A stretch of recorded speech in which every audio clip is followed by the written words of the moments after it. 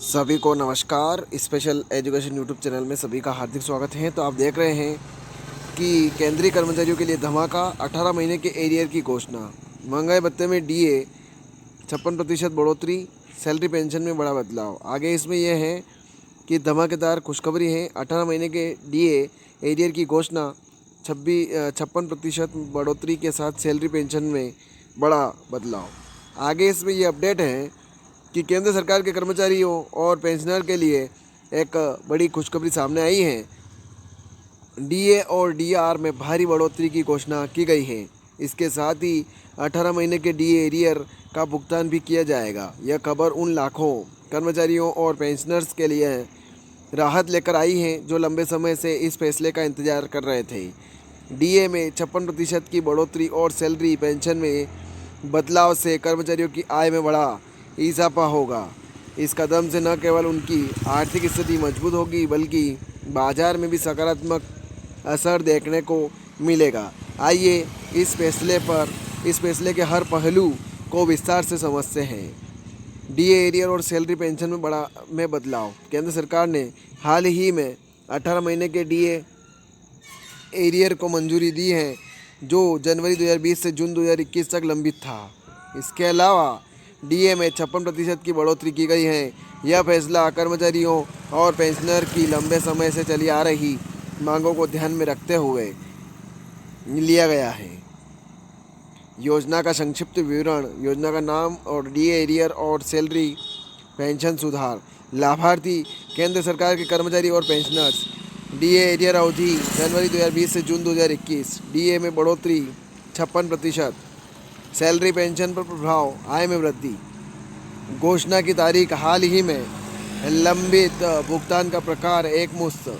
लक्ष्य कर्मचारियों की आर्थिक स्थिति सुधारना। डीए क्या होता है? तो महंगाई भत्ता एक ऐसा भत्ता है जो सरकारी कर्मचारियों और पेंशनर को महंगाई के प्रभाव से राहत देने के लिए दिया जाता है। यह उनकी बेसिक सैलरी का एक निश्चित प्रतिशत होता है जो समय समय पर महंगाई दर को ध्यान में रखते हुए संशोधित किया जाता है। डीए एरियर का महत्व। 18 महीने का डीए एरियर उन महीनों का बकाया है जब कोविड-19 के दौरान इसे रोक दिया गया था। इस फैसले से लाखों कर्मचारियों और पेंशनर को आर्थिक लाभ मिलेगा। बाजार में नकदी प्रवाह बढ़ेगा। कर्मचारियों की क्रय शक्ति मजबूत होगी। डीए में 56% बढ़ोतरी, क्या होगा असर? सरकार ने डीए में 56% की बढ़ोतरी की घोषणा की है जिससे कर्मचारियों और पेंशनर की आय में बड़ा बदलाव आएगा। इसका असर सैलरी पर, बेसिक सैलरी पर आधारित डीए बढ़ने से कुल सैलरी में इजाफा होगा। पेंशन पर, रिटायर्ड कर्मचारियों को मिलने वाली पेंशन भी बढ़ जाएगी। महंगाई से राहत, महंगाई दर को संतुलित करने में मदद मिलेगी।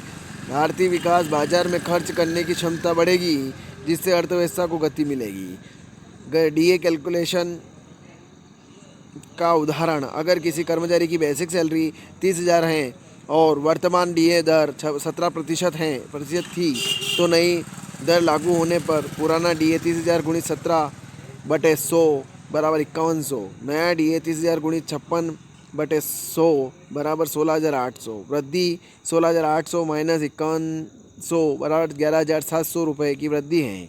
डीए कैलकुलेशन का उदाहरण, अगर किसी कर्मचारी की बेसिक सैलरी 30,000 रुपये है और वर्तमान डीए दर 17% थी तो नई दर होने पर लागू होगी। पुराना डीए 30,000 गुणित 17/100 बराबर 5100। नया डीए 30,000 गुणित 56/100 बराबर 16,800। वृद्धि है 11,700 रुपये की। यह स्पष्ट करता है कि डीए बढ़ने से कर्मचारियों को सीधा लाभ मिलेगा। आगे इसमें यह है कि सैलरी और पेंशन पर प्रभाव।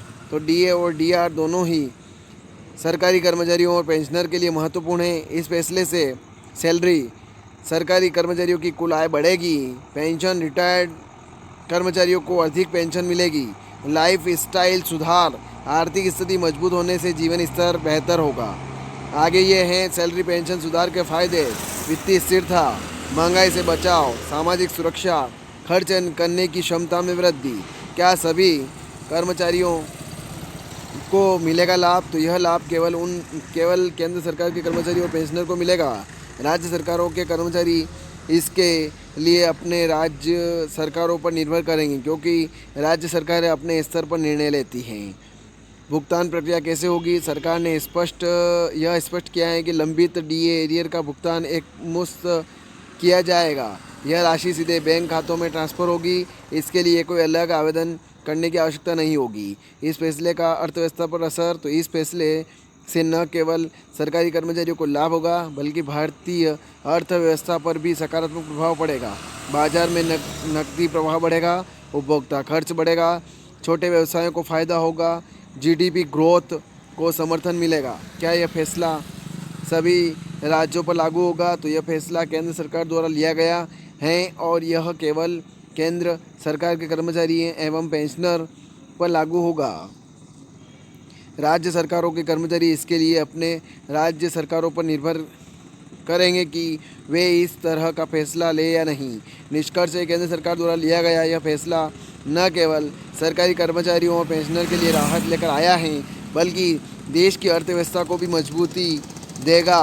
डीए एरियर का भुगतान और डीए दर में वृद्धि दोनों ही कदम आर्थिक स्थिरता लाने वाले हैं। तो ये खबर थी, ज़्यादा से ज़्यादा शेयर करें, लाइक करें, कमेंट करें आपको खबर कैसी लगी। और आप मेरे चैनल पर नए हैं, स्पेशल एजुकेशन यूट्यूब चैनल को सब्सक्राइब जरूर करें, बेल आइकन को प्रेस करें, ताकि आने वाले वीडियो की नोटिफिकेशन आप तक जल्द से जल्द पहुँच जाएँ और इस प्रकार से नई नई खबरें आप तक जल्द से जल्द पहुँच जाएँ।